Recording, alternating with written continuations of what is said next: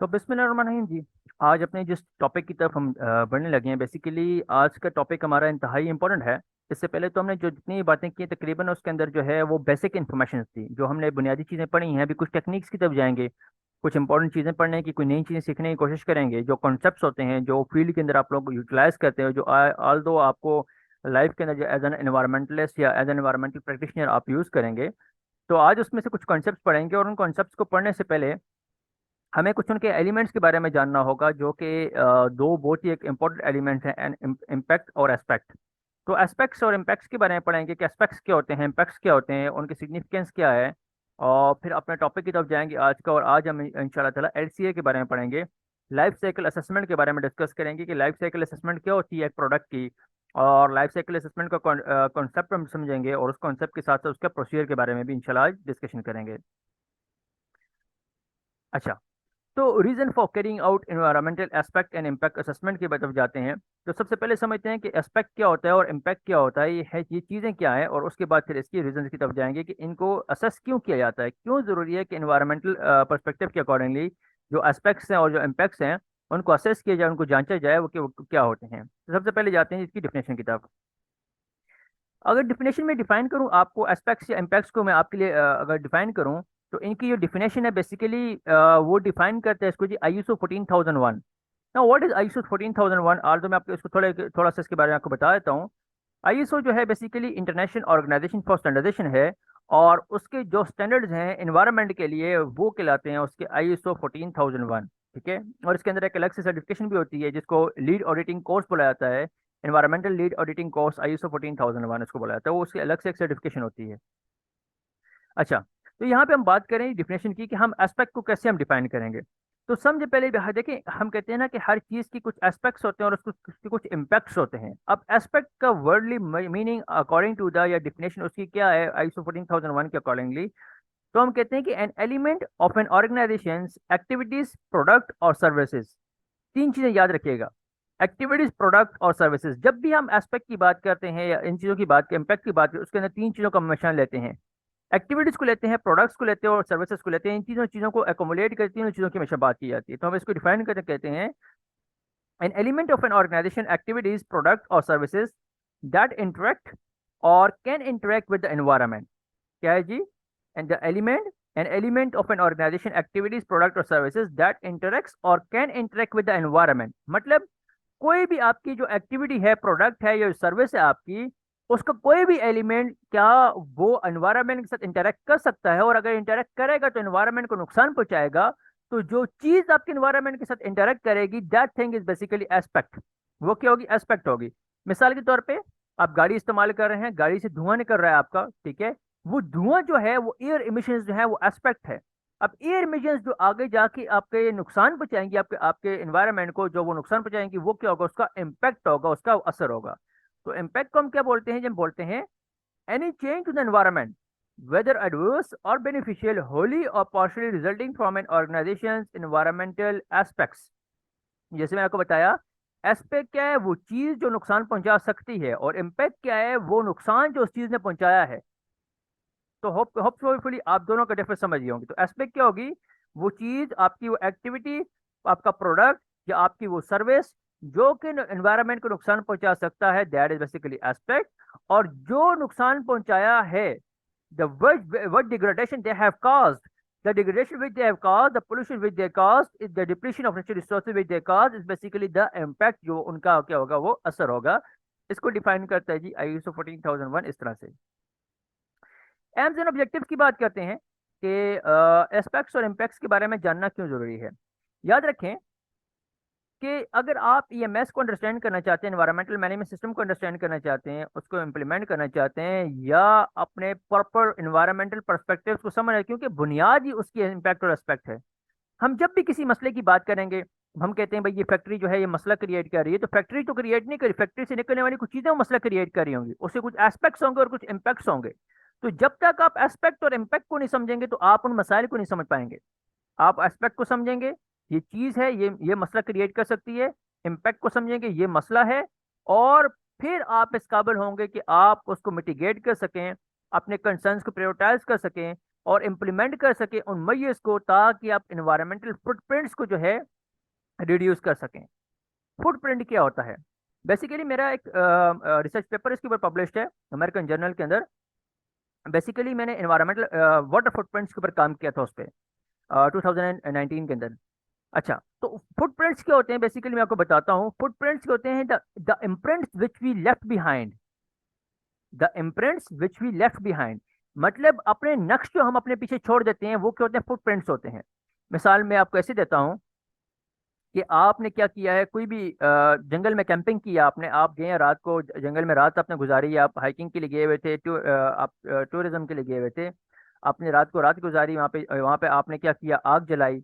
आग जला के आपने अपने साथ में एक टेंट लगाया, आपने रात वहाँ पे गुजारी, खाया पिया, वहीं पे अपने वॉशरूम यूज़ किया, सब कुछ वहाँ पे किया। रैपर्स आपने जो जो चीज़ों के थे वो वहाँ फेंके। तो आपके आ जाने के बाद जो पीछे आप अपने असरात छोड़ के आ गए हैं, those are basically your footprints. आज वहाँ पे आग जलाई, लकड़ी वहीं से जंगल से तोड़ी होगी आपने, और आग जलाई तो उस जगह का जो खशरात थे, जो भी चीज़ें जो स्पेसिफिक जगह पे वो जल गए, वहाँ पे जो अगर घास थी वो जल गई, ठीक हो गया। फिर उसके बाद आपने वहाँ पे जो लिटरिंग की, लिटरिंग से मुराद मेरा क्या है? जो रैपर्स और जो दूसरी चीज़ें आपने फेंकी वो होगी एनवायरनमेंट के अंदर की। जिस जगह आपने कैंपिंग की होगी तो वहाँ पे आपने टेंट लगाने के लिए जगह को साफ किया होगा। तो आपने अपने पीछे एनवायरनमेंट को क्या नुकसान पहुंचाया है, डिग्रेडेशन आपने काज की है। These those are basically your footprints. तो हम कहते हैं कि जब हम एस्पेक्ट को समझेंगे और इम्पैक्ट को समझेंगे, तब हम इस काबिल हो जाएंगे कि हम इस चीज़ को समझें कि हम किस तरह से इम्प्लीमेंट करके इन मैयर्स को, इन्वायरमेंटल फुटप्रिंट्स को क्या कर सकते हैं? रिड्यूस कर सकते हैं। एंड एम्स एंड ऑब्जेक्टिव्स की बात करूं तो हम यूजुअली किस लिए करते हैं? अगेन वही बात कर सकते हैं जैसे मैंने आपको बताया कि आइडेंटिफाई हम कर सकें और एवेलुएट कर सकें कि पोटेंशियल इन्वायरमेंटल इम्पैक्ट्स क्या हैं, कौन कौन सी चीज़ें हमारे एनवायरनमेंट के ऊपर असरअंदाज हो सकती हैं, हम उन चीज़ों को देखें, उन चीज़ों को जांचें, और इंश्योर कर सकें कंप्लायंस को रेलिवेंट रेगुलेटरी स्टैंडर्ड्स के साथ। देखें, जब मुझे एक चीज़ का पता होगा कि ये चीज़ गलत है, तो मैं तब उसको ठीक कर सकता हूँ ना। और गलत चीज़ का कब मुझे पता होगा? जब मुझे ये पता होगा कि कौन सी चीज़ ठीक है। देखें, उर्फ़ आम के अंदर भी एक ये चीज़ जनरली भी हम अपनी ज़िंदगी में बोलते हैं कि अगर मिसाल में आपको सिंपल एक डेली लाइफ से दूँ, हम कहते हैं कि इंसान की ज़िंदगी में अगर सिर्फ खुशी होती तो हमें गम का ना पता होता, और सिर्फ गम होता तो हमें खुशी का ना पता होता कि खुशी भी कोई चीज़ होती है। इसी तरह से सिर्फ दुनिया में अगर अच्छाई होती तो हमें बुराई का ना पता होता, उससे बुराई होती तो हमें अच्छाई का ना पता चलता कि अच्छाई क्या है। और दोनों चीज़ों के अंदर अगर बैलेंस नहीं होगा तो हम जिंदगी इंजॉय नहीं कर पाएंगे। तो इसी तरह से स्टैंडर्ड्स या रेगुलेशंस जो हैं वो हमें ठीक रास्ता बताते हैं, भाई ये ठीक रास्ता है। तो जब चूंकि हमें ठीक रास्ते का पता होगा तो तब हम डिविएशन शो कर सकते हैं, हमें भी पता लग सकता है भाई ये चीज़ गलत है। जब मुझे ठीक का पता होगा तो मैं किसी को बोल सकता हूँ भाई तुम गलत कह रहे हो। कब मैं किसी को कह सकता हूँ गलत कह रहे हो? जब मुझे ठीक बात का पता है। तो इसी तरह से हम अपनी कंप्लायंस इंश्योर कर सकते हैं रेगुलेशन स्टैंडर्ड्स के साथ, जब हमें इन चीज़ों के बारे में नॉलेज होगा। फिर जब हमें पता चल जाएगा इन चीज़ों के बारे में, तो फिर हम इन्हें क्या कर सकते हैं? मिटिगेट कर सकते हैं। नेगेटिव एनवायरमेंटल इफेक्ट्स को कंट्रोल मेजर्स अप्लाई करते हैं, इसको मिटिगेशन मेजर्स बोला जाता है। कंट्रोल्स को अप्लाई करने को क्या बोलते हैं? Mitigation measures. अब इससे इसके और भी बहुत सारे फायदे हैं। इन्फॉर्म्ड डिसीजन मेकिंग प्रोसेस हो सकता है। जो हमें डेटा जो है एनवायरमेंटल कॉन्सिक्वेंसेस के बारे में हमारे पास आया है, तो हम इन्फॉर्म्ड डिसीजन मेकिंग कर सकते हैं। इन्फॉर्म्ड डिसीजन मेकिंग वो होती है जो हम स्पेसिफिक स्टेटिस्टिक्स के मुताबिक की बुनियाद पे करते हैं। स्पेसिफिक किसी बेसलाइन डेटा की बुनियाद के ऊपर जो हम डिसीजन मेकिंग करते हैं उसको बोलते हैं इन्फॉर्म्ड डिसीजन मेकिंग। हम कहते हैं ना कि ये तो आप अंधी तकलीद कर रहे हो किसी की। आप ऐसी बात कर रहे हो जिसके बारे में आपके पास कोई जवाब नहीं हो, सिर्फ आप बात किए जा रहे हो, आपके पास कोई स्ट्रॉन्ग ग्राउंड नहीं है उस बात को प्रूव करने के लिए। तो वो जब स्ट्रॉन्ग ग्राउंड हमारे पास होते हैं तो फिर जो उसकी बुनियाद पे हम डिसीजन लेते हैं, जो फैसले लेते हैं, उसको हम क्या करते हैं? इन्फॉर्म्ड डिसीजन मेकिंग उसको बोला जाता है। इससे इन्हांस होती है स्टेक होल्डर की इंगेजमेंट भी, क्योंकि ट्रांसपेरेंट कम्युनिकेशन हो रही होती है। आपको एस्पेक्ट्स का पता है कि जब आप वो काम करेंगे, उस काम के अंदर कौन कौन से एलिमेंट्स आपके एनवायरनमेंट के साथ इंटरफेयर करेंगे, और आपको जब उन चीज़ों का पता है तो आप डिसीजन मेकिंग उसकी अकॉर्डिंगली फिर इजीली कर सकते हैं।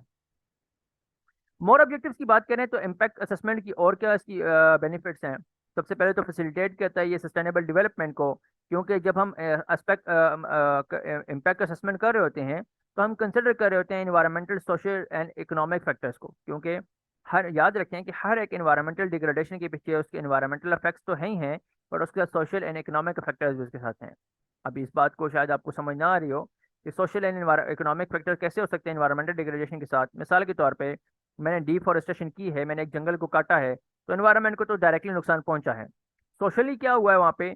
सोशली पॉसिबल है कि वहाँ की जो आबादी है वो उस जंगल के ऊपर डिपेंड कर रही हो सकता है कि दुनिया में कई ऐसे रीजन्स हैं जहाँ पे जंगलात के साथ उन लोगों के जो है रिलीजियस बिलीव्स होते हैं। जैसे इंडिया के अंदर, मैं सिंपल एग्जांपल तो अपने करीब में, तो इंडिया के अंदर भी कई ऐसे पॉपुलेशन रहती है जिनके आपको पता है कि वो लोग मुस्लिम्स तो नहीं है, नॉन मुस्लिम्स हैं।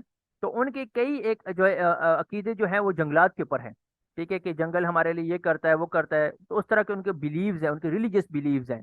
तो जब हम इस तरह के काम करते हैं तो आपको गूगल पे सर्च कीजिएगा थोड़ा, आज इसके बारे में थोड़ा मैं आपको छोटा सा होमवर्क भी दूं। चिपको मूवमेंट के बारे में सर्च कीजिएगा। चिपको मूवमेंट 19 सेंचुरी के अंदर इंडिया के अंदर स्टार्ट हुई थी, जब इंडिया के अंदर वॉस्ट डिफोरेस्टेशन हो रही थी। तो जो औरतें थी बेसिकली, वो दरख्तों को जब जब काटने के लिए वो आते थे डिफोरेस्टेशन के लिए तो वो दरख्तों को पकड़ लेती थी कि हमें मारोगे बट दरख्त को आप नहीं काटोगे। किस वजह से? This is a social belief, ये उनके सोशल एंड मॉरल वैल्यूज थे उनके, कि वो जंगलात को इतना जो है वो कर रहे थे। तो इस तरह की इफेक्ट्स इन चीज़ों के ऊपर भी करते हैं। और याद रखें कि मॉरली और जो है सोशल बिलीव्स को बहुत ज़्यादा जो है इम्पोर्टेंस दी जाती है, और इसके लिए इंटरनेशनल लॉज भी इसको क्या करते हैं, फौकियत देते हैं। जैसे कल हमने इंडिजिनस पीपल्स के बारे में पढ़ा था, इंडिजिनस कम्युनिटीज़ के बारे में पढ़ा था हमने, तो उसी तरह से ये सोशल बिलीव्स उसमें आते हैं। तो चिपको मूवमेंट के बारे में आप लोगों ने थोड़ा पढ़ना है। इकोनॉमिक फैक्टर्स की बात करें तो देखें, ये जंगलात या कोई भी ऐसी चीज़ होती है, ये हमारे लिए एक इकोनॉमिकली बड़े बेनिफिशियल हैं। टूरिज्म, सबसे पहले मैं आपको एग्जांपल दूंगा। टूरिज्म उन्हीं ममालिक में होगा जहाँ पे एनवायरनमेंट अच्छा होगा, जहाँ पे माहौल अच्छा होगा, जंगलात होंगे, सब कुछ होगा, टूरिज्म से आप कमा सकते हैं। जहाँ टिम्बर आपको सस्टेनेबली आपको प्रोवाइड करता है, वाइल्ड लाइफ आपको सस्टेनेबली प्रोवाइड करता है। तो इस तरह की कई एक बेनिफिट्स की मैं बात करूँ जो आपको प्रोवाइड करता है, आपके ये चीज़ें प्रोवाइड, इसी तरह हर एक फैक्टर को हम ले सकते हैं, किसी दूसरी चीज़ के बारे में भी बात कर सकते हैं। Minimise resource consumption and promote efficient use of energy and material.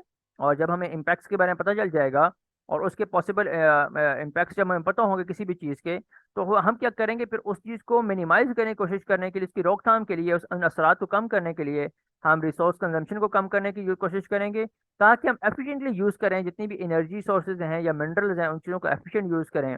Efficient use क्या है? With in the carrying capacity. अब कैरिंग कैपेसिटी क्या है? कैरिंग कैपेसिटी ये है कि हम इस स्पेस के साथ उस चीज़ को यूज़ करें जिसका वो रीजनरेट हो सकती हो। ठीक है, इकोसिस्टम को प्रोटेक्ट किया जाए, बायोडाइवर्सिटी को प्रोटेक्ट कर सकते हैं इस तरह हम, जब हम इम्पैक्ट असेसमेंट करेंगे, और अपनी नेचुरल रिसोर्सेज को कंजर्व कर सकते हैं। देन अगेन हमें ये जो है हेल्प करेगी सपोर्ट करने में रिस्क मैनेजमेंट को, bye identifying addressing environmental risk. Environmental risk क्या होते हैं? देखिए, इन्वायरमेंटल रिस्क हम उन चीज़ों को बोलते हैं जो कि हमारे माहौल के लिए नुकसानदेह हो सकती हैं। ठीक है, इन्वायरमेंटल रिस्क। और याद रखें, इन्वायरमेंटल रिस्क जो चीज़ आपके माहौल के लिए, आपके आबो हवा के लिए रिस्की होगी, वो डायरेक्टली या इनडायरेक्टली आपके लिए, इंसानों और चंद परिंद हैवानात के लिए भी वो ठीक नहीं होगी कभी भी। तो इन्वायरमेंटल रिस्क याद रखें कि इनडायरेक्टली और इनडायरेक्टली जो है वो अफेक्ट करते हैं, ह्यूमन लाइफ को ही अफेक्ट करेंगे। और इसको इम्पैक्ट असेसमेंट से हम इंकरेज कर सकते हैं कंटिन्यूस इंप्रूवमेंट को इन्वायरमेंटल परफॉर्मेंस के अंदर और प्रैक्टिस के अंदर। हमें जब असरात का पता होगा कि भाई अगर हमारी ये एक्टिविटीज़ होंगी और उनके से ये असरात निकल के आएंगे, ये नेगेटिव इम्पैक्ट्स उनसे निकल के आएंगे, तो फिर हम अपनी परफॉर्मेंस को, प्रैक्टिस को बेहतर करने में हम अपनी तगदू करेंगे और अपनी पूरी पूरी उसके लिए कोशिश करेंगे। अच्छा, तो आते हैं जी अपने मेन टॉपिक की तरफ आते हैं जी, एलसीए की तरफ, लाइफ साइकिल एनालिसिस या लाइफ साइकिल असेसमेंट की तरफ आते हैं। सबसे पहले तो अगर लाइफ साइकिल असेसमेंट को डिफाइन करें तो यूजली इसके लिए कोई ऐसी डिफिनेशन है नहीं कि जो यूनिवर्सल डिफिनेशन मांगी जाए, जो पूरी दुनिया में इसके लिए एक डिफिनेशन हो। यूजली इस कॉन्सेप्ट को बोला जाता है क्रेडल टू ग्रेव कॉन्सेप्ट। हम इसे कहते हैं कि life cycle assessment also known as cradle to grave concept. It is a comprehensive evaluation of the environmental impacts of a product, service or system throughout its entire life cycle। अब through it's life cycle का क्या मुराद है? देखिए, life cycle assessment है, और मैंने दूसरा नाम इसके लिए क्या बताया आपको? Cradle, cradle to grave. Cradle वो जगह होती है जहां से हम किसी चीज को निकालते हैं, और ग्रेव क्या होती है? किसी चीज की कब्र। तो मतलब हमें इंसानी पर्सपेक्टिव में, अगर ह्यूमन पर्सपेक्टिव में बात करूं, कि एक इंसान से के पैदा होने से लेके उसके मरने तक, उसके पूरे के पूरे जितनी भी उसने जिंदगी गुजारी है, उसके अंदर वो जितनी भी इन्वायरमेंटल डिग्रेडेशन करेगा, जो कुछ करेगा, this is basically the life cycle assessment. मिसाल मैं आपको ऐसे देता हूँ कि मैंने अपने पाँव में इस वक्त जूते पहने हुए हैं। तो मेरे ये जो जूते हैं, इसका मैं एलसी अगर मैं करूँ, तो मैं इसकी लाइफ साइकिल असेसमेंट करूँ, तो इसका एलसी स्टार्ट होगा वहां से जहां से मैंने ये लेदर लिया है।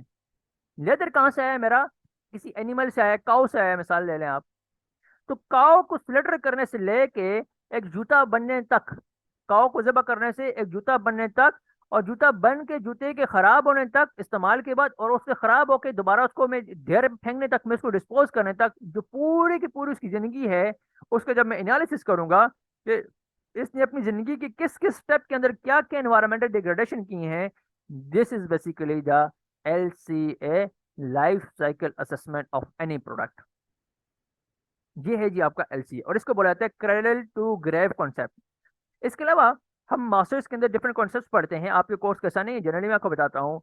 वो होता है ग्रेव टू ग्रेव, वो होता है गेट टू गेट का होता है, कॉन्सेप्ट होता है, वो डिफरेंट कॉन्सेप्ट। बट आपके कोर्स के सिर्फ और सिर्फ जो है क्रेडल टू ग्रेव का कॉन्सेप्ट है। मैं थोड़ा उसके बारे में आपको बता देता हूँ। गेट टू गेट का कॉन्सेप्ट ये होता है कि एक रॉ मटेरियल के फैक्ट्री के अंदर के अंदर आ जाने से लेके एक रॉ मटेरियल, एक प्रोडक्ट बनने के बाद वहां से उसके फैक्ट्री से बाहर जाने तक, मतलब फैक्ट्री के अंदर अंदर जितने भी इन्वायरमेंटल डिग्रेडेशन हुई है उसके उसके बनने के अंदर, this is gate to gate concept. ठीक है। और ग्रेव टू ग्रेव क्या होता है कि एक रॉ मटेरियल के आने से लेके दोबारा उसको रॉ मटेरियल में कन्वर्जन तक। ठीक है। और दूसरा आ जाता है जी ग्रेव टू ग्रेव। तो हम जब कोई चीज ढेर में फेंकते हैं तो क्या वो चीज दोबारा यूज होती है ना। कई चीजें जैसे हम कचरा फेंकते हैं तो ये उठा के बच्चे ले जाते हैं, दोबारा रिसाइकिल होता है, नया प्रोडक्ट बनता है, दोबारा वो फिर ढेर पे जाता है, तो इसको बोला जाता है ग्रेव टू ग्रेव। बट वो हाई लेवल के कॉन्सेप्ट हैं, वो आपका कोर्स कैसा नहीं है, आपका सिर्फ जनरल ये कॉन्सेप्ट है। और वो कॉन्सेप्ट क्या है जी, क्रेडल टू ग्रेव का। आप हमें इसी के ऊपर सिर्फ बात करेंगे, सिर्फ आपकी समझ के लिए मैंने बाकी कॉन्सेप्ट आपको बताए हैं। 4 मेन स्टेजेस होती है बेसिकली जी LCA के अंदर। सबसे पहले को हम बोलते हैं जी गोल एंड स्कोप की डिफिनेशन के बारे में बात करेंगे। LCA के अंदर बात करते हैं गोल एंड स्कोप क्या होता है, ये आपको बताता हूँ मैं। इन्वेंट्री एनालिसिस, ये बताता हूँ मैं आपको क्या होता है। Impact assessment and interpretation. अच्छा, सबसे पहले तो बात करते हैं जी गोल एंड स्कोप की बात करते हैं। देखिए, गोल क्या होता है हमारा, किसी भी चीज को लेके एक ब्रॉडर गोल होता है हमारा, एक नस्मोलेन होता है कि हाँ हमने ये चीज अचीव करनी है, दिस शुड बी और अचीवमेंट। और उसके लिए हम स्पेसिफिकली एक स्कोप डिजाइन करते हैं, एक दायराकार डिजाइन करते हैं कि इस दायराकार के अंदर रहते हुए, तो स्कोप तो मोस्टली हमारा एनवायरमेंटल पर्सपेक्टिव है, तो गोल हमारा ब्रॉड होगा। तो देखें, ये जो स्टेज है ये आउटलाइन करती है ऑब्जेक्टिव्स LCA के। ये सबसे पहली स्टेज होती है हमारी LCA की, जिसके अंदर हम ऑब्जेक्टिव्स की बात करते हैं और फंक्शनल यूनिट्स की हम बात करते हैं, ताकि हम अपने प्रोडक्ट्स की परफॉर्मेंस को मेजर कर सकें।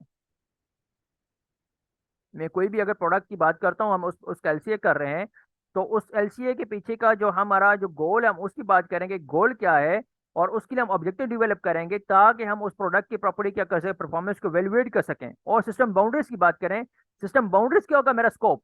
मैं स्कोप अब क्या बोला, दायराकार, तो उसको हम दूसरे अल्फाज में क्या बोलेंगे, सिस्टम बाउंड्रीज का हम नाम देंगे। और फिर इसके अंदर हम गोल एंड स्कोप के अंदर अंदर ही हम ये चीज को डिफाइन कर देते हैं कि कौन से इन्वायरमेंटल जो है इम्पैक्ट्स को असेस करना है, और कौन सी हमारी लिमिटेशंस हैं या एजम्पशंस हैं। बात वक्त होता है ना, हम कहते हैं कि यार हम सिर्फ इस हद तक काम करेंगे और इस चीज को हम एक्सक्लूड करते हैं, ये चीज हम नहीं देखते। बात वक्त ऐसा भी होता है हमारे पास कि हम सिर्फ एक स्पेसिफिक पर्सपेक्टिव पे हम गौर कर रहे होते हैं। मिसाल के तौर पे मैं एक चीज कैलसिए कर रहा हूँ और मैं कहता हूँ मैं सिर्फ और सिर्फ इसकी इन्वायरमेंटल डिग्रेडेशन में देखूंगा इसकी, but in case of the water resources सिर्फ मैं देखूंगा कि ये सिर्फ और सिर्फ वाटर रिसोर्सेज को कितना नुकसान पहुंचाएगा, मैं सिर्फ इस चीज को इसको देखूंगा। Those are known as basically the water footprints. मैं क्या देखना चाह रहा हूँ उस चीज को, सिर्फ और सिर्फ वाटर फुटप्रिंट्स में देखना चाह रहा हूँ कि ये अभी जो है जिंदगी है जो है, या जो वाटर रिसोर्सेज है उनको ये कितना नुकसान पहुंचाएगा, मैं सिर्फ उसको देख, this is basically my scope. और ये मेरी जम्पशन है, फिर उस चीज को लेके मैंने अज्यूम किया है कि ये चीज ये कर सकती है, और फिर उस जम्पशन को मैं फिर वेरीफाई करूंगा। तो गोल एंड स्कोप के बाद दूसरी चीज आ जाती है मेरे पास, इन्वेंटरी एनालिसिस। आपने देखा होगा, कभी आप में से किसी ने किसी वेयर हाउस में या किसी ऐसी जगह पे या किसी स्टोर के अंदर काम किया हो, या स्टोर के अपने प्रोसीजर को समझते हो आप, तो आपने देखा होगा कि हमेशा वो अपनी एक इन्वेंटरी लिस्ट बनाते हैं।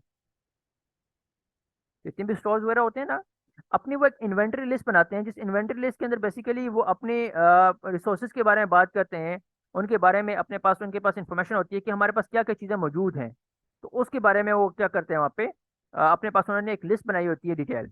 तो इन्वेंट्री एनालिसिस क्या करते हैं, हम कहते हैं कि ये जो स्टेज है हमारे पास, ये इवेलुएट करती है पोटेंशियल, सॉरी सॉरी, ये जो स्टेज हमारे पास इवेलुएट करती है, इन्वॉल्व करती है डेटा कलेक्शन के बारे में। जितने भी हमारे पास इनपुट्स हैं, फॉर एग्जांपल हमारे पास इनपुट हो सकता है रॉ मटेरियल एनर्जी हो सकता है, ठीक है। और एज वेल एज इसके साथ साथ हम देखते हैं आउटपुट्स को, जैसे इमिशंस एंड वेस्ट को, कि उस प्रोडक्ट के लाइफ साइकिल के अंदर क्या क्या आएंगे। मिसाल के तौर पे कोई भी प्रोडक्ट है, उसका इन्वेंटरी एनालिसिस हम करेंगे, तो हम उसके बारे में डेटा कलेक्शन करेंगे, उसकी all of the inputs and outputs के बारे में। कि इनपुट आपको, जैसे मैंने बताया कि किसी भी चीज़ को बनाने के लिए इनपुट उसका एनर्जी या रॉ मटेरियल होगा। जाहिर सी बात है, कोई भी चीज़ बनेगी तो रॉ मटेरियल से बनेगी, और एनर्जी उसकी दौरान कंजम्पशन होगी। और आउटपुट क्या होंगे, उसके इमिशंस होंगे या वेस्ट होगा। तो हम इन सारी चीज़ों को एनालाइज करते हैं ड्यूरिंग इन्वेंटरी एनालिसिस। फिर इम्पैक्ट असेसमेंट की बात आ जाती है। हम फिर इसको डिटेल के अंदर इनके आने वाले जो असरात होंगे उसको क्या करते हैं, एनालाइज करते हैं in detail. Potential environmental impacts जो एसोसिएटेड होंगे इन्वेंटरी डेटा के साथ, जो इन्वेंटरी डेटा हमने लिया है इनपुट्स एंड आउटपुट्स का, उसके से हम एवेल्युएट करेंगे पोटेंशियल एनवायरमेंटल जो इम्पैक्ट्स उससे निकले होंगे। और उसको यूजली हम इम्पैक्ट कैटेगरी के अंदर बात करते हैं। जैसे मिसाल के तौर पर उन चीज़ों से ग्लोबल वार्मिंग हो सकती है। ठीक है। यहाँ पे तो पहले पहले तो हमने इन्वेंटरी एनालिसिस के अंदर तो हम सिर्फ एस्पेक्ट्स की बात कर रहे थे ना, कि इससे इमेजेस होंगे, ये होगा वो होगा। अब हम बात करेंगे जी उससे क्या होगा आगे, उससे असरात क्या होंगे, उसके इम्पैक्ट्स क्या होंगे। इम्पैक्ट असेसमेंट के अंदर फिर हम देखेंगे कि भाई ये चीज़ जाके क्या ग्लोबल वार्मिंग करेगी, ये एसिडिफिकेशन करेगी, यूट्रोफिकेशन करेगी, वाटर रिसोर्सेज को डिप्लीट करेगी, लैंड सोर्सेज को डिप्लीट करेगी, और उनकी रिलेटिव सिग्निफिकेंस के बारे में हम बात करते हैं इम्पैक्ट असेसमेंट के अंदर। फिर इनपुट्स का हमें पता चल गया। सबसे पहले जो स्कोप एंड गोल की हमने बात की कि हमारा ये जो एलसीए है इसका स्कोप या गोल क्या होगा। हमने उसके अंदर इन्वेंटरी एनालिसिस की बात की, जिसके अंदर हमने एस्पेक्ट्स को देखा। एस्पेक्ट्स के अंदर हमने इनपुट्स एंड आउटपुट्स को देखा। ठीक हो गया। जब इनपुट्स एंड आउटपुट को हमने देख लिया, तो अब उसकी बेस के ऊपर हम इम्पैक्ट असेसमेंट कर रहे हैं कि भाई ये चीज़ें जब होंगी तो ये लॉन्ग टर्म के अंदर जाके या शॉर्ट टर्म में जाके इन्वायरमेंट को क्या नुकसान पहुंचाएंगी। Those are basically impact assessment. आप इस डाटा को एनालाइज करते हो, इसकी बेस को मैं इंटरप्रिटेशन करूंगा। इसको फाइनल स्टेज बोला जाता है एलसीए का। फाइनल स्टेज जो है वो सिंथेसाइज करती है फाइंडिंग्स को। इन्वेंटरी एनालिसिस और इम्पैक्ट असेसमेंट से जो फाइंडिंग्स आपके पास आई हैं उनको ये क्या करेगी, सिंथेसाइज करेगी और इवेलुएट करेगी कि जो रोबस्टनेस ऑफ द रिजल्ट है, आपके रिजल्ट जो आएगा उसकी रोबस्टनेस है उसकी, और रिकमेंडेशन करेगी, आपको यहाँ पे प्रोवाइड करेगी ताकि आप रिड्यूस कर सकें एनवायरमेंटल बर्डन्स को।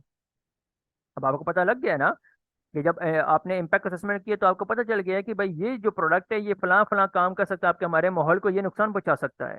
तो इंटरप्रिटेशन के अंदर उन्हीं डेटा को एवेल्युएट करते हुए आपने मिटिगेशन मेजर्स को वहाँ पे लेना है। आपने वो उन्हें रेकमेंड करना है कि भाई आप ऐसा क्या करेंगे जिससे आप उन इम्पैक्ट्स को जो है उन असरात को कम कर सकें, उनको कंट्रोल कर सकें। उनके लिए फिर आप यहाँ पे क्या करेंगे, इंटरप्रिटेशन करेंगे। अब ये जो चीज़ है जो एलसीए बेसिकली ये प्रोवाइड करती है हमें अपॉर्चुनिटीज़, ताकि हम इम्प्रूव कर सकें एनवायरमेंटल परफॉर्मेंस को। हमारा जो डिसीजन मेकिंग हो, जैसे पहले भी हमने इन्फॉर्म डिसीजन मेकिंग की बात की थी, कि हमारी इन्फॉर्म डिसीजन मेकिंग हो एनवायरमेंटल इम्प्लीकेशंस के ऊपर। और हम guiding eco design and product development के बारे में बात करें। इको डिज़ाइन क्या होता है? इको डिज़ाइन वो होता है कि जब भी हम किसी चीज़ को डिज़ाइन करते हैं तो हमारा उस चीज़ का डिज़ाइन जो है वो इन्वायरमेंटल पर्सपेक्टिव के अकॉर्डिंग हो। उसके डिजाइन के अंदर कोई भी ऐसी चीज ना हो। अब डिजाइन से मुराद ये नहीं है कि उसकी साख्त आती आ गई, उसकी बनावट, उसकी हर एक चीज, जितना प्रोसीजर है उसको बनाने वाला सारे का सारा उसको हम बोलते हैं। उसके अंदर कोई भी ऐसी चीज ना हो या उसका लोएस्ट मिनिमल वहाँ पे हो जो एनवायरनमेंट को डिग्रेड करे। हम बेस्ट प्रैक्टिसेस एलसीए की बेस के ऊपर क्या करते हैं, डेवलप करते हैं। हमें अपनी ब्रॉडर पर्सपेक्टिव में हमें ये पता चल गया है कि हमारे ये प्रोडक्ट्स की जो है क्या मसाइल थे इसके साथ। और जब प्रॉब्लम्स को पता चल गया है तो उसकी बेस के ऊपर हम फिर बेस्ट प्रैक्टिसेस डेवलप कर सकते हैं कि आया हम किस तरह से इन प्रोडक्ट्स की जो है आने वाले इसकी इन्वायरमेंटल डिग्रेडेशन को हम इससे रोक सकें। एप्लीकेशन की बात करते हैं कि बेसिक यूजली हम लाइफ साइकिल असेसमेंट को, एनालिसिस को यूज़ कहाँ पे किया जाता है, किसके लिए यूज़ किया जाता है। इसके बेतहाशा देखें दुनिया में, इसको इस वक्त बहुत बड़ी प्रेजेंस मिल रही है इसको, और इसके यूज़ एवर लास्टिंग यूजेज हैं इसके इस वक्त। इसमें सबसे पहले आ जाती है spotting environmental labelling and market claims. Environmental labelling कैसे समझें? देखें, आप मार्केट से कुछ चीज़ खरीदते हैं। इवन मैं आपको एक सिंपल सी एग्जांपल देता हूँ, मैं टी शर्ट्स की आपको एग्जांपल देता हूँ। तकरीबन एक रिसर्च थी उसके उसके अंदाजे के मुताबिक एक टी शर्ट को बनाने में तकरीबन 2500 लीटर्स ऑफ वाटर लगता है। 2500 लीटर पानी लगता है एक टी शर्ट को बनाने में, जब हम किसी भी दूसरे एलिमेंट से बनाते हैं। अब चूंकि जब हमने बेसिकली ये चीज़ हमें कैसे पता लगा कि 2500 लीटर पानी लग, जब हमने उसका एलसीए किया, क्या किया, लाइफ साइकिल असेसमेंट किया था हमने, एनवायरमेंटल पर्सपेक्टिव से, स्कोप हमारा क्या था, एनवायरमेंटल पर्सपेक्टिव के अंदर वाटर रिसोर्स था, तो हमें पता लगा कि भाई इसके वाटर फुटप्रिंट जो है बेसिकली क्या है, इसके 2500 लीटर है। वो कैसे, उसके लिए जो जिस एलिमेंट से वो टी शर्ट बन रही है, उस एलिमेंट के उगाने से, अगर वो नेचुरल रिसोर्स से बनी तो उसके उगाने से लेके, या सिंथेटिकली प्रिपेयर हो तो उसके सिंथेटिकली प्रिपेयर करने से लेके उसके एंड प्रोडक्ट तक, दिस इज द थिंग। तो इसी तरह से इन्वायरमेंटल लेबलिंग ये होती है कि जब हम एक चीज को लेबल करते हैं इको फ्रेंडली, हम ये चीजों पे लिखा होता है ना, इको फ्रेंडली या ग्रीन इन्वायरमेंट या organic, this is environmental labelling. तो आप इन्वायरमेंटल लेबलिंग उस चीज के ऊपर ही कर सकते हैं जो चीज इन्वायरमेंटल पर्सपेक्टिव के अकॉर्डिंग बनी हो और माहौल को नुकसान पहुंचाने वाली नहीं होगी। और अगर आपने एक ऐसी चीज पे क्लेम किया है जो कि एनवायरनमेंट को नुकसान पहुंचा के आपने बनाई है, at the cost of environment बनाई है, और उसके ऊपर आपने क्लेम किया है कि, जो है ये ग्रीन प्रोडक्ट है, तो आपको उसके उसके लिए इंटरनेशनल मार्केट, सॉरी, कोर्ट के अंदर सू किया जा सकता है कि आपने गलत क्लेम किया है, मार्केट क्लेम आपका गलत है। अगेन, एप्लीकेशन की बात करें एलसीए की, तो इसके informing policy development and regulation के अंदर इसका बहुत बड़ा हिस्सा है। ये हमें बताता है कि उनको किस तरह से मोल्ड करना है। हम अडॉप्ट कर सकते हैं लाइफ साइकिल पर्सपेक्टिव को इन्फॉर्म डिसीजन मेकिंग के लिए, long term environmental consequences and consideration के लिए भी इसका हम यूज़ करते हैं, ताकि इसकी बेस के ऊपर हम डिसीजन मेकिंग करें। और प्रमोट करता है एलसीए सस्टेनेबल प्रैक्टिसेस को, और रिड्यूस करता है एनवायरमेंटल इम्पैक्ट्स को। जाहिर सी बात है, जब हमें पता चल जाता है कि एक चीज़ हमारे लिए नुकसानदेह है, ये चीज़ ठीक नहीं है, तो उसकी बेस के ऊपर जब हम प्रैक्टिसेस अपनी डिवेलप करेंगे तो वो प्रैक्टिसेस हमारी सस्टेनेबल होंगी, और वो प्रैक्टिसेस के रिड्यूस भी करेंगी इन्वायरमेंटल इम्पैक्ट्स को भी।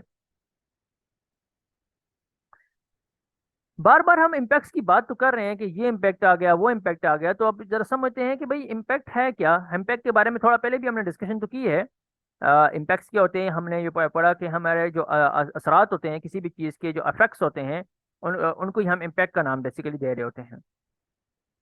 अब इसके थोड़े टाइप्स के बारे में पढ़ते हैं। हमने तो यूजुअली एक जनरल हमने बात की थी इम्पैक्ट के बारे में, तो अभी हम पढ़ते हैं कि इसकी टाइप्स क्या हैं। कुछ डायरेक्ट इम्पैक्ट्स होते हैं, कुछ इनडायरेक्ट होते हैं, कुछ क्यूमुलेटिव होते हैं, तो इनके बारे में हम डिफरेंस पढ़ते हैं कि ये क्या है, डायरेक्ट इम्पैक्ट्स क्या है, इनडायरेक्ट क्या है, और क्यूमुलेटिव इम्पैक्ट्स क्या है। अच्छा, तो सबसे पहले बात करते हैं डायरेक्ट इम्पैक्ट्स की। डायरेक्ट इम्पैक्ट्स क्या होते हैं? डायरेक्ट इम्पैक्ट्स बेसिकली हमारे पास क्या है, इनको हम यूजुअली हम बोलते हैं इमीडिएट एंड क्वांटिफाइबल कॉन्सिक्वेंसेस। क्या बोलते हैं जी?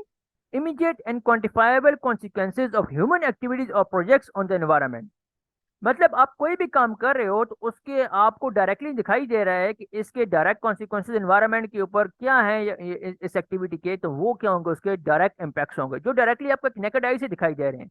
आपको वैसे ही अपनी बुनियादी सूझबूझ से दिखाई दे रहा है कि हाँ भाई ये चीज़ ये काम करेगी। और इससे क्या होता है, हमें क्लियर एक कॉज अफेक्ट रिलेशनशिप हमें शो हो रहा होता है, या हमें दिखाई दे रहा होता है एनवायरमेंटल कॉन्सिक्वेंसेज का। मिसाल के तौर पे, आपके घर से जो है पानी जो है डायरेक्टली जा रहा है किसी नदी नाले के अंदर जा रहा है। आपके घर के पास से एक नहर जा रही है, एक कैनाल जा रही है, एक रिवर जा रहा है, और आप अपना गंदा पानी डायरेक्टली वो जो है फ्लश कर रहे हैं उसके अंदर, उस नदी नाले के अंदर, तो this is basically direct impact. आपका नदी नाले का पानी पीने के काबिल नहीं रहेगा, एग्रीकल्चर के काबिल नहीं रहेगा। हम लोगों ने गंदा पानी कहाँ लगाया होता है, एग्रीकल्चर लैंड को लगाया होता है। तो आपको पता है कितने बड़े आप डिस्ट्रक्शन कर रहे हैं वहाँ पे इन्वायरमेंट की, जब आप गंदे पानी से जो है सब्जियों को जो है इरिगेट कर रहे होते हैं। इवन में आपके कोर्स के अंदर तो नहीं है, अगर होता तो मैं आपको उस चीज़ के बारे में पढ़ाता डिटेल के अंदर। अ, इसको बोला जाता है जी, बेसिकली रेमिडिएशन बोला जाता है इसको। अब रेमिडिएशन जब जो की गई है, कैसी कई एक प्रोडक्ट से की गई है, तो रेमिडिएशन के अंदर पता पता चला है कि भाई कैसी कई एक खुराक ऐसे प्लांट्स हैं जो कि जब हम पोल्यूटेंट्स उनको फ्लश आउट करते हैं, या उन्हें उनको हम लगा इरिगेट करते हैं पोल्यूटेंट वाटर से, तो वो उन सारी चीज़ों को सक कर देते हैं अपने बॉडी के अंदर। फाइटो रेमिडिएशन इसे बोला जाता है। फाइटो प्लांट से निकला है, ठीक है। तो बेसिकली फाइटो रेमिडिएशन के अंदर हमें ये चीज़ें दिखाई दी है। तो बेसिकली मैं आपको सिंपल एग्जांपल इसमें अगर एक दूं, मजीद इसको सिंपलीफाई करूं आपके लिए, तो आप पालक की एग्जांपल ले सकते हैं। स्पिनच की एग्जांपल ले सकते हैं। जितनी भी ग्रीन लीफी वेजिटेबल्स होती हैं, अगर आप इनको गंदे पानी से इरिगेट करेंगे तो ये सारा का सारा सक कर लेंगे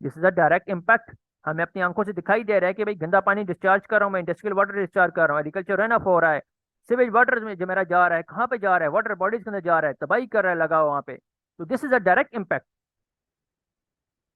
गाड़ियों से धुआं निकल रहा है, फैक्ट्री से धुआं निकल रहा है, डायरेक्ट इम्पैक्ट किसके ऊपर कर रहा है? वो एयर क्वालिटी के ऊपर डायरेक्ट इम्पैक्ट कर रहा है, ह्यूमन हेल्थ के ऊपर डायरेक्ट इम्पैक्ट कर रहा है, क्लाइमेट चेंज के ऊपर डायरेक्ट इम्पैक्ट कर रहा है।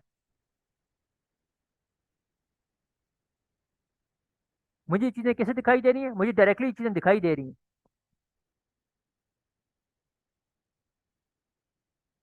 अब इनडायरेक्ट इम्पैक्ट्स की मैं बात करूं कि इनडायरेक्ट इम्पैक्ट्स क्या है। इनडायरेक्ट इम्पैक्ट्स की अगर हम बात करें तो इनडायरेक्ट इम्पैक्ट्स हमारे पास क्या है? सेकेंडरी इम्पैक्ट्स भी इसको हम बोलते हैं, और इनडायरेक्ट इम्पैक्ट्स भी इसे हम बोलते हैं, जिनको हम डायरेक्टली क्वांटिफाई नहीं कर पा रहे होते हैं, जो मोस्टली अकर हो रहे होते हैं due to direct impacts, sorry, जो डायरेक्टली इनडायरेक्ट इम्पैक्ट्स वो होते हैं मोस्टली जो डायरेक्टली हमारे पास प्रोड्यूस हो रहे होते हैं बाजू का डायरेक्ट इम्पैक्ट्स की वजह से, और as a result of complex interactions between environmental components. Different environmental components एक दूसरे के साथ क्या होते हैं, रिएक्ट करते हैं, और उनसे मजीद आगे क्वांटिफाई हो रहा होता है आपके इम्पैक्ट्स, उसको बोलते हैं इनडायरेक्ट एनवायरमेंटल इम्पैक्ट्स। मिसाल ले लें, फर्स्ट लेक्चर अगर आपको याद हो मेरा, तो मैंने आपको ओजोन के बारे में बताया था, फोटोकेमिकल स्मोक के बारे में बताया था। अब फोटोकेमिकल स्मोक की अगर आप एग्जांपल लें, तो फोटोकेमिकल स्मोक तो आप तो धुआं पैदा कर रहे थे, आप तो स्मोक पैदा कर रहे थे, ऐसा ही है। आप स्मोक पैदा कर रहे थे और वो स्मोक जाके कन्वर्ट हो रहा था स्मोक के अंदर। दोनों का डिफरेंस मैंने आपको बताया था फर्स्ट लेक्चर के अंदर। अब स्मोक आपका जो है वो आपका डायरेक्ट इम्पैक्ट है किस चीज का? आपके बर्निंग का। अब स्मोक डायरेक्ट नहीं है। स्मोक क्यों नहीं है? स्मोक क्योंकि इनडायरेक्ट इम्पैक्ट है, और वो इंटरेक्शन की वजह से जो एरोसोल्स थे, जो वाटर पार्टिकल्स थे, और जो आपने जो है जो वहां से आपका जो है स्मोक आप प्रोड्यूस कर रहे थे, उन्होंने आपस में इंटरेक्शन किया in the presence of the volatile organic compounds और सीएफसीज की मौजूदगी में। तो उन्होंने एक तीसरी चीज बना ली, और वो तीसरी चीज क्या थी जी? वहां पे हमारे पास उसको हमने नाम दिया फोटोकेमिकल स्मोक का। Now this is indirect impact. उसकी वजह से क्या होगा? ग्राउंड लेयर ओजोन बन गया, के क्लाइमेट चेंज आपको दिखाई दिया, माइक्रो क्लाइमेट चेंज आपको दिखाई दिया, ग्लोबल वार्मिंग हो रही है उन चीज़ों की वजह से लगी हुई, एक्सट्रीम वेदर इवेंट्स हो रहे हैं, इकोसिस्टम आपका शिफ्ट हो रहा है, सी लेवल आपका राइज हो रहा है। एग्जांपल मैं आपको देता हूँ, those all are basically indirect impacts. और बाज़ औक़ात इन इनडायरेक्ट इम्पैक्ट्स को हम क्यूमुलेटिव इम्पैक्ट्स भी बोलते हैं। क्यूमुलेटिव इम्पैक्ट कोई अलग चीज़ नहीं है, ये combined effects of multiple projects है। क्यूमुलेटिव इम्पैक्ट्स कोई अलग चीज़ नहीं है इनडायरेक्ट से। यूजुअली इसी पर्सपेक्टिव में होता है, क्योंकि ये कंबाइंड इफेक्ट है मल्टीपल प्रोजेक्ट और एक्टिविटीज की। आपकी मल्टीपल एक्टिविटीज जब कंबाइन होती हैं, आपकी मल्टीपल एक्टिविटी से निकलने वाली जो चीजें आपस में कंबाइन होती हैं, और वो कंबाइन होने के बाद जब एनवायरनमेंट को नुकसान पहुंचाती है, तो हमने क्या बोलते हैं? कम्युलेटिव इम्पैक्ट, इकट्ठा हुआ हुआ असर। इकट्ठे इन चीजों का क्या असर आ रहा है एनवायरनमेंट के ऊपर? जो इकट्ठे उन चीजों का असर आ रहा होगा आपके एनवायरनमेंट के ऊपर, उसका हम क्या बोलते हैं? कम्युलेटिव इम्पैक्ट्स का हम उसे नाम देते हैं।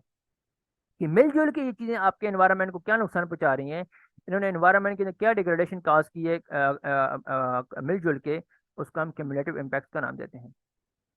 अब इन चीज़ों को समझना इंतहाई ज़रूरी है, डिस्टिंक्शंस को समझना इनके अंदर बहुत ज़रूरी है। अगर आप डिस्टिंक्शंस को समझेंगे तो आप इस काबिल होंगे कि आप इन चीज़ों को कंट्रोल कर सकें और डिवेलप कर सकें अप्रोप्रिएट मिटिगेशन मेजर्स को। डायरेक्ट इम्पैक्ट्स जो वैसे मैंने आपको बताया कि इमीडिएट एंड क्वांटिफाइबल कॉन्सिक्वेंसेज तो उससे आ रहे हैं, इसी वजह से हम उसको जो है इजीली कंट्रोल भी कर सकते हैं। इनडायरेक्ट जो सेकेंडरी और टर्शरी इम्पैक्ट्स उस कॉन्सिक्वेंस आ रहे हैं, और कम्युलेटिव क्या है? कंबाइंड इफेक्ट्स हैं इन सारी एक्टिविटीज के। एग्जाम्पल देते हैं कुछ डायरेक्ट इम्पैक्ट्स, जैसे मैंने आपको पहले दी भी हैं कुछ एग्जाम्पल्स, इस पर आपके मैं स्लाइड्स में जो डाले हैं ये आपको बता देता हूँ। डायरेक्ट इम्पैक्ट क्या है? वाटर पोल्यूशन क्यों हो रही है जी? इंडस्ट्रियल वेस्ट आपने कहा है, एग्रीकल्चर रन ऑफ हो रहा है, सीवेज आपका आ रहा है, सीवेज वाटर आ रहा है, उसका इफेक्ट है वाटर क्वालिटी के ऊपर, एक्वेटिक लाइफ के ऊपर, ह्यूमन हेल्थ के ऊपर। एयर पोल्यूशन की बात करते हैं, आपकी गाड़ियों से धुआं निकल रहा है, फैक्ट्री से निकल रहा है, पावर प्लांट से निकल रहा है। कॉन्सिक्वेंसेज की बात करें तो again air quality, human life and climate change आपको दिखाई देता है। Those are the direct impacts. Example of indirect and cumulative impacts की बात करें, टाइप्स ऑफ एनवायरमेंटल इम्पैक्ट्स की बात करें इनके, तो क्लाइमेट चेंज जैसे मैंने आपको बताया, ग्रीन हाउस गैस एमिशन हो रही है, ग्लोबल वार्मिंग हो रही है, राइज इन सी लेवल हो रहा है, एक्सट्रीम वेदर इवेंट्स हो रहे हैं, शिफ्टिंग इकोसिस्टम हो रहा है। इसमें हमने सारी बातें आपसे भी की भी हैं।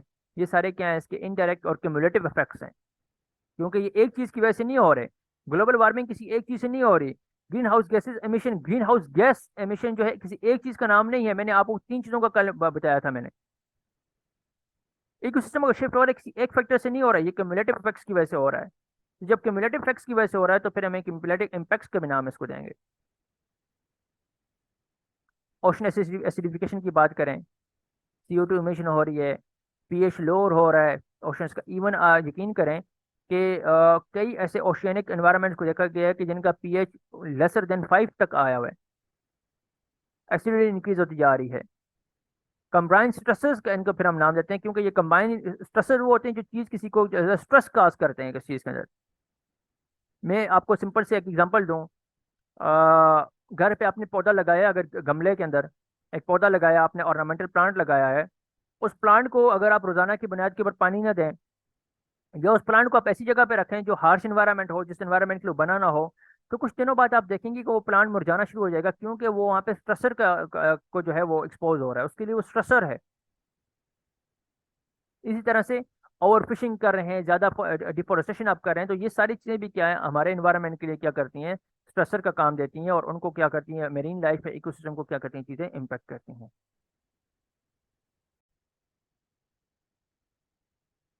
तो फिर बात करते हैं जी positive and negative environmental effects की बात करते हैं कि इन चीज़ों से फिर हमें क्या positive and negative environmental effects दिखाई देते हैं।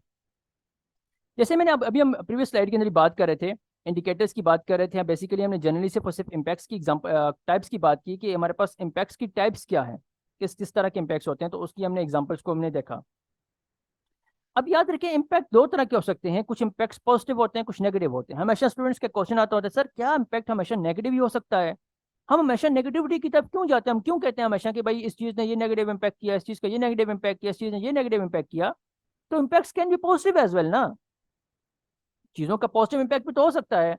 हम मिसाल के ले लें, हमें बिलियन ट्री सुनामी प्रोजेक्ट की मैं एग्जांपल ले लूँ, कि जो ये KPK गवर्नमेंट ने प्रीवियस टेन्योर के अंदर जो है बिलियन ट्री सुनामी प्रोजेक्ट किया था, तो अगर आप इसकी इम्पैक्ट्स की बात करो तो क्या इसके भी नेगेटिव इम्पैक्ट्स होंगे? नहीं, बिल्कुल नहीं। इसके हमारे पास पॉजिटिव इम्पैक्ट्स हैं, नेगेटिव क्यों है? आपके इसके इम्पैक्ट्स को पूरे through out the world press किया गया है, पूरी दुनिया में इसको प्रेस किया गया है, बड़ा बेहतरीन इनिशिएटिव था। और वो इनिशिएटिव जो वक्त की डिमांड था, हाँ, प्लानिंग प्रॉपर नहीं थी, प्रॉपर प्लानिंग होने की वजह से वो उसके इम्पैक्ट्स नहीं आ पाए जो इम्पैक्ट्स उसके आने चाहिए थे। अगर प्रॉपर इन्वायरमेंटलिस्ट को वहाँ पे यूज किया जाता तो उसके कुछ और इम्पैक्ट्स होते। बट फिर भी मैं इसको बहुत ज्यादा प्रेस करूंगा, इंटरनेशनल इसको प्रेस किया गया, बड़ा एक अच्छा असर एक काम था। एस्पेक्ट क्या था उस वक्त आपका? Plantation of the trees. Impact क्या है उसका? रिड्यूस इन ग्लोबल वार्मिंग, आपका उस स्पेसिफिक एरिया का टेम्परेचर रिड्यूस करने में, इंक्रीज करने में, रेनफॉल इंक्रीज हुई उससे, बारिशें इंक्रीज हुई उससे, सॉइल डिग्रेडेशन कम हुआ, पहाड़ों का कटाव कम हुआ, सॉइल का कटाव कम हुआ, हशरात को, चिरंद परिंद को नया घर मिला, जानवरों को नया घर मिला, आपकी ग्रीनरी इंक्रीज हुई। तो ऐसे हजारों मैं फैक्टर्स आपको गिनवा सकता हूँ कि जो हम उसके फवायद हम बात करें कि उसको आए। हाँ, थोड़ी प्लानिंग अच्छी होती तो हम इन्वेजिव स्पीशीज से बच सकते थे। आगे हम बात करेंगे इन्वेजिव स्पीशीज के ऊपर, वो क्या होते हैं, कि हमें प्लान थोड़ा इस तरह से करना चाहिए था कि हमें वो स्पीशी वहां पे प्लान करनी चाहिए थी जो स्पीशी उस इलाके की है। मिसाल में ले लूं, पॉपुलर की मैं एग्जांपल लेता हूं। पॉपुलर हमारे इलाके का नहीं है, जिसको सफेदा बोलते हैं। दूसरा इलायची, जिसको आप लोग अपने जबान में बोलते हैं, यूकलिप्टस, हमारे इलाके का नहीं है। तो उनको हमें यहाँ पे नहीं प्लांट करना चाहिए, जिस इलाके का वो है उसको वहीं पे रहना चाहिए। हमें यहाँ पे क्या लगाने चाहिए थे? हमारे इलाके में कीकर है, पीपल है, हम इस तरह के ड्रग हमारे लगाने चाहिए थे जो हमारे इलाके के हैं, तो उससे हमें मजीद अच्छा एक जो है पर्सपेक्टिव मिलता, मजीद अच्छा उसको रिजल्ट मिलता। तो इस तरह से पॉजिटिव एंड नेगेटिव इफेक्ट्स की हम बात करते, हम कहते हैं कि effects on air and atmosphere, land, water, ocean, ecosystem, species and human activity, हर चीज के ऊपर इसका इफेक्ट होता है। हमें बैलेंस बरकरार रखना बड़ा जरूरी है पॉजिटिव एंड नेगेटिव इफेक्ट्स के अंदर दरमियान। प्रीवियसली मैंने एक प्रोजेक्ट किया था EIA का, एनवायरमेंटल इम्पैक्ट असेसमेंट का एक प्रोजेक्ट मैंने किया था। I was the part of that project. तो उसके अंदर बेसिकली कुछ प्लांट्स की कटिंग हो रही थी, राउंड अबाउट 7,000 से लेके तकरीबन 7,500, 7,000, 7,500 दरख्त वहां पे कट कट रहे थे उस प्रोजेक्ट के अंदर। तो 7,000 से 7,500 जो दरख्त कट रहे थे, तो हमने उसको जो कटिंग हो रही थी ट्रीज की, और वो मेच्योर ट्रीज भी नहीं थे, उसमें मोस्टली ट्रीज मेच्योर ट्रीज नहीं थे। मेच्योर ट्रीज वो होते हैं जो अपनी पूरी उम्र को पहुंचा हुआ होता है, अपनी जवानी को होता है। जैसे मैं बात करूं आपके मैं पाइन ट्रीज की बात करूं, तो पाइन ट्री आपका 100 to 120 ईयर्स में जाके अपनी फुल जवानी पहुंचता है, 100 120 साल में। तो उसमें इस तरह के दरख्त भी नहीं थे, बट उसके बावजूद we have taken the initiative of the 1/10, 1/10, एक दरख्त की कटिंग के लिए 10 दरख्त जो है वो प्लांट किए जाएंगे। हम उसकी अनसर्टेनिटी लेते हैं 50%, कि उसमें से 50% तो सर्वाइव करेंगे ना। तो अगर 50% सर्वाइव करते हैं तो 1/5 की रेशो हमारे पास आ जाएगी। This is basically the balance between positive and negative effects. जब आप एक नेगेटिव इफेक्ट कर रहे हो तो उसको बैलेंस करने के लिए आपने उसके साथ एक पॉजिटिव इंटरवेंशन भी करने हैं, और ये इंटरनेशनली पूरी दुनिया में यही काम होता है। जब आप एनवायरमेंट डिग्रेडेशन करते हो तो सीएसआर के अकॉर्डिंगली आपको उसके लिए पॉजिटिव इम्पैक्ट करना है। मैं मिसाल दूं आपकी करक की, रीजन की, क्योंकि यहाँ पे कुछ स्टूडेंट करक से हैं, मुझे पता चला था उसके बारे में। तो आप उसके बारे में बात करूँ तो अगर आप देखो वहाँ पे कि वहाँ पे जब माइनिंग हुई है वहाँ पे, तो माइनिंग के जुमरे में उन्होंने क्या किया, वहाँ पे आप हॉस्पिटल्स बना के दिए हैं, स्कूल बनाए हैं, क्योंकि वहाँ पे किसी हद तक उन्होंने कंपेंसेट करने की कोशिश की है, बट वो कंपेंसेशन आल दो है कि नहीं वो अलग बात है। Importance of understanding impacts for sustainable development, और इन इम्पैक्ट्स को सस्टेनेबल डेवलपमेंट के अकॉर्डिंग समझना पड़ेगा। अब सस्टेनेबल डेवलपमेंट मैंने पहले भी आपके लिए डिस्कस की थी, दोबारा मैं थोड़ा आपको डिफाइन कर देता हूँ आपको। हम कहते हैं the development which is on the grounds that the present generation can fulfill their needs, as well as the future generation will be able to fulfill their needs as well। ऐसी development जिससे आपकी present generation भी अपनी needs को, जरूरियात को पूरा कर सके, और आपकी आने वाली जो नई नस्ल होगी वो भी अपनी जरूरियात को पूरा कर सकते हैं काबिल हो। ऐसा ना हो कि आप लोग सबको खत्म करके चले जाओ और उनके लिए कुछ बचे ही ना। इसको बोलते हैं सस्टेनेबल डेवलपमेंट। पॉजिटिव इफेक्ट्स की अगेन अगर बात करें एनवायरनमेंट के ऊपर, तो clean energy sources, energy efficient technologies, reforestation, ये सारी चीजें वो हैं। जैसे अभी मैंने आपको बिलियन ट्री सुनाने प्रोजेक्ट की एग्जांपल ली, तो वो रिफॉरेस्टेशन थी, वो एफॉरेस्टेशन नहीं थी। एफॉरेस्टेशन और रिफॉरेस्टेशन में फर्क क्या है? एफॉरेस्टेशन बोलते हैं किसी ऐसी जगह पे जंगल उगाना जहां पे पहले कभी जंगल था ही नहीं, दिस इज एफॉरेस्टेशन। रिफॉरेस्टेशन, जंगल था, काट के खत्म किया है, अब नए सिरे से आप उसे उगा रहे हो, तो ये है reforestation. Sustainable land management practices इसके लिए बहुत जरूरी है। अब सस्टेनेबल लैंड मैनेजमेंट प्रैक्टिसेस क्या है? सस्टेनेबल लैंड मैनेजमेंट प्रैक्टिसेस ये हैं कि जब आप लैंड को मैनेज करो, तो उसको कल्टीवेशन जब आप उसके ऊपर करते हैं, तो उसको रिस्टोर, आप उसकी रेस्टोरेशन करते हैं, आप उसकी रिक्लेमेशन करते हैं, वो एनवायरमेंटल स्टैंडर्ड्स के अकॉर्डिंग हो। मिसाल मैं आपको ऐसे देता हूँ कि आजकल जितनी भी हाउसिंग सोसाइटीज बन रही हैं, पहाड़ों को काटा जा रहा है, लैंड फिल की जा रही है, जहाँ पे नदी नाले थे उनको फिल किया जा रहा है मिट्टी के साथ, उससे मट्टी डाल के फिल करके आप उनके ऊपर क्या कर रहे हो, वहाँ पे कंपैक्शन किए बगैर ही उनके ऊपर आप हाउसिंग सोसाइटी डेवलप कर रहे हो। और आपको पता होना चाहिए कि those areas are known as the fault zones, क्योंकि आपको पता है जिस एरिया के अंदर सॉइल कंपैक्शन हुई भी हो, जिस एरिया के अंदर आपने मिट्टी भरी हुई है, वहां पे आप हाई राइज बिल्डिंग नहीं बना सकते। किसी भी वक्त वो बिल्डिंग जमीन के अंदर जा सकती है, क्योंकि नीचे आपने कंपैक्शन किया है सारा।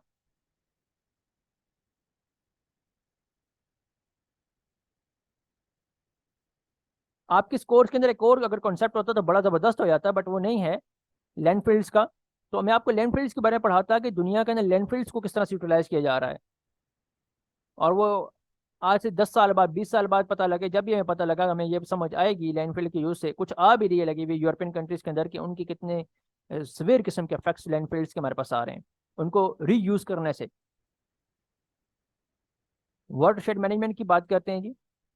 वाटरशेड मैनेजमेंट क्या है, वेटलैंड रेस्टोरेशन क्या है, सस्टेनेबल फिशिंग प्रैक्टिस क्या है, इनके बारे में बात करते हैं। देखें, वेटलैंड जो वो होती हैं, जगह होती हैं, जो मिसाल आप ले लें कि आपके गांव एरियाज में आपने देखा होगा कि कहीं ना कहीं एक पानी का तालाब बना हुआ होता है, खुद नेचुरली बना होता है, जहाँ पानी खड़ा हुआ होता है, परिंदे वहां से आते हैं, चुनिंद परिंदे वहां पे आके पानी पीते हैं, सब कुछ करते हैं। This is the natural wetland. अब नेचुरल वेटलैंड के अंदर जो पानी आता है वो किसी न किसी वाटरशेड से आता है। चाहे वो बारिश का पानी आता है, तो इर्द गिर्द इलाके से वो पानी, बारिश का पानी फ्लो होकर उसके अंदर आ रहा है। अब जब उसके रास्ते में हम रुकावट बनाएंगे, हमने आबादी बना दी या कुछ भी बना दी, तो वो जो वेटलैंड के अंदर पानी आता था, वो पानी का रास्ता तो हमने रोक दिया है अपनी आबादी बना के। तो वाटरशेड मैनेजमेंट प्रोजेक्ट ये कहता है कि आपके सस्टेनेबल डेवलपमेंट के अकॉर्डिंगली ऐसा कॉन्सेप्ट हो कि उन वेटलैंड्स को कभी खत्म ना हो जाए। आपको पता है कि जो इंटरनेशनल इंपोर्टेंस की वेटलैंड्स है वो 41 है, और उस 41 में से 13 पाकिस्तान के अंदर है। इंटरनेशनल इंपोर्टेंस की 13 वेटलैंड्स पाकिस्तान के अंदर है, जो रामसर कन्वेंशन के अकॉर्डिंग आती हैं, जिसके अंदर माइग्रेटरी बर्ड्स आते हैं। सालाना आपने सुना होगा ना, माइग्रेटरी बर्ड्स आ रहे हैं ये साइबेरिया से। ये जैसे क्रेन्स आती हैं, वो साइबेरिया से आती हैं, हम आपके पंजाब रीजन में, सिंध रीजन में आती हैं, फिर अगले साल दोबारा आती हैं वो। तो उनका एक सर्कल है, और वो कहाँ पे आके अपने रुकती हैं, आके वो वेटलैंड्स पे आके रुकती हैं। वहां पे उनको पानी भी मिलता है, उनको ब्रीडिंग ग्राउंड भी मिलता है, उनको उनको फिशिंग के लिए भी जगह मिलती है, सब कुछ मिलता है, उनको खुराक भी मिलती है वेटलैंड्स। जब हम उन्हें खत्म कर देंगे तो उनका एक ठिकाना तो हमने रास्ते से खत्म कर दिया है। इनको मैनेज करना बहुत ज़रूरी है। मैनेज करेंगे तो एक्वाटिक और एज वेल एज अपनी जितनी भी लाइफ है सबको प्रिजर्व कर सकते हैं। नेक्स्ट आता है सस्टेनेबल फिशिंग। हम कैसे फिशिंग करते हैं जी? जाल फेंका, 1 दिन 2 दिन 3 दिन 4, जब तक वो ख़त्म ना हो गए वहां से हम उसको पकड़ते रहते हैं। फिर हम ऑफ सीजन भी फिशिंग करते हैं, जो कि बिल्कुल प्रोहिबिटेड है। हमारा मजहब हमें प्रोहिबिट करता है ऑफ सीजन फिशिंग के लिए, गर्मियों में, जो पीक टाइम जब मछलियां अंडे बच्चे कर रही होती हैं। इसको भी सस्टेनेबल होना चाहिए। कंजर्वेटिव इनिशिएटिव इसके लिए लें, और इन्वेजिव स्पीशीज को कंट्रोल करें। अब इन्वेजिव स्पीशीज क्या होती है, मैंने प्रीवियसली भी आपके लिए नाम लिया है। देखें, इन्वेजिव बोलते हैं, इन्वेजन से वर्ड निकला है। इन्वेडिंग आपने सुना होगा ना, इन्वेडर, क्रूसेडर्स ने इन्वेड किया, फलां ने इन्वेड किया, रोमन्स ने इन्वेड किया। इन्वेड करना मतलब हमलावर होना। क्या होना? हमलावर होना, या किसी जगह पे आके फौकियत अपनी कायम करना। जैसे इन्वेजिव इन्वेजन होती है। इन्वेजिव स्पीशीज वो होती हैं जो कि उस इलाके की नहीं होती, बाहर से आके वहां पे डोमिनेंस क्रिएट कर देती हैं। मैं पेपल मलबरी की आपको एग्जांपल दूंगा, आज गूगल पे सर्च भी कीजिएगा पेपल मलबरी को क्या होता है। पेपर मलबरी जो है बेसिकली 60s की दहाई के अंदर पाकिस्तानी लेके आए थे, हमारे गवर्नमेंट लेके आई थी जापान से। बेसिकली जापानीज जो है ट्री है, खूबसूरत लगा तो उनको सुर्ख कलर के जो बॉल से लगे हुए होते हैं, तो वो उनको खूबसूरत लगे। हमारे एक मैं नाम किसी का भी यहाँ पे नहीं लूंगा, जो वो पाकिस्तान लेके उन्होंने इस्लामाबाद के अंदर इंट्रोड्यूस किया। और उस इन्वेजिव स्पीशीज, याद रखें, इन्वेजिव स्पीशीज के लिए दूसरी जगह में कोई प्रेडेटर नहीं होता, उस कंट्रोलर कोई भी नहीं होता। तो फिर वो बेदरक इंक्रीज होती है। तो इतना इंक्रीज हुआ कि आज हमें अपनी जो है स्पेसिफिकली नेटिव स्पीशीज वो होती हैं जो उस इलाके की अपनी स्पीशीज होती हैं, वो दिखाई नहीं दे रही। इन्वेजिव स्पीशीज फैल रही है वहाँ पे। क्यों फैल रही हैं? क्योंकि उनका एनवायरमेंटल कंट्रोलर वहाँ पे कोई नहीं है। जैसे 19 सेंचुरी के अंदर ऑस्ट्रेलिया के अंदर उन्होंने खरगोशों को इंट्रोड्यूस किया। खरगोश ऑस्ट्रेलिया की पैदाइश तो नहीं थे, ऑस्ट्रेलिया में तो नहीं थे। उन्होंने बाहर से खरगोश ला के ऑस्ट्रेलिया में इंट्रोड्यूस किए, और वहाँ पे उसका प्रेडेटर कोई नहीं था। प्रेडेटर वो जो उसका शिकार करने वाला कोई नहीं था। तो उनकी पॉपुलेशन मोर देन बिलियंस के अंदर चली गई। और उन्होंने फिर लाख लाख, 1.5 लाख, 2-2 लाख खरगोश एक एक दिन में उन्होंने मार के खत्म किए, क्योंकि फसलें तबाह, सब कुछ तबाह, क्योंकि खाने वाला कोई था ही नहीं। उसकी इतनी उसकी पॉपुलेशन इंक्रीज होगी। तो अल्लाह ताला ने जो एक एक बैलेंस क्रिएट की है हर एक चीज के लिए, तो वो एक स्पेसिफिक एक प्रोसीजर के अकॉर्डिंगली बैलेंस क्रिएट किया है। अब पांडा की एग्जांपल अगर आप लें, तो पांडा दुनिया में जहां पे भी होगा वो चाइना की मलकियत है, क्योंकि चाइना के अलावा दुनिया में कहीं भी पांडा पाया ही नहीं जाता। वो नेटिव स्पीशी है। कहाँ की नेटिव है? वो चाइना की नेटिव स्पीशी है।